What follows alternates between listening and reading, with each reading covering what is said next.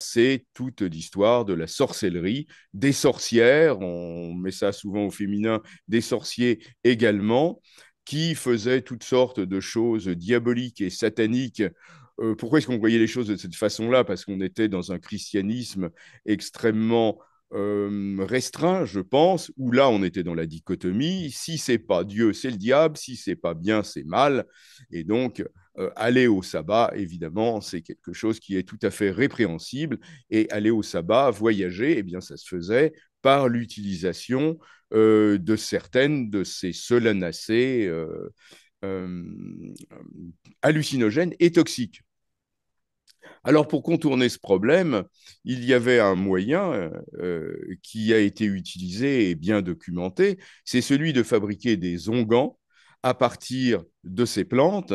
Ces onguents, donc, c'est la substance active qui, est, qui, qui passe dans un agent gras. Et après, il faut eh bien, faire passer ces substances dans l'organisme. Donc, il y avait un moyen assez simple, c'est celui, comment dire, de passer ces pommades sur les muqueuses, mais de préférence pas les muqueuses de la bouche, puisque à ce moment-là, on repasse par le tube digestif. Donc, le meilleur moyen, c'est l'application vaginale ou l'application.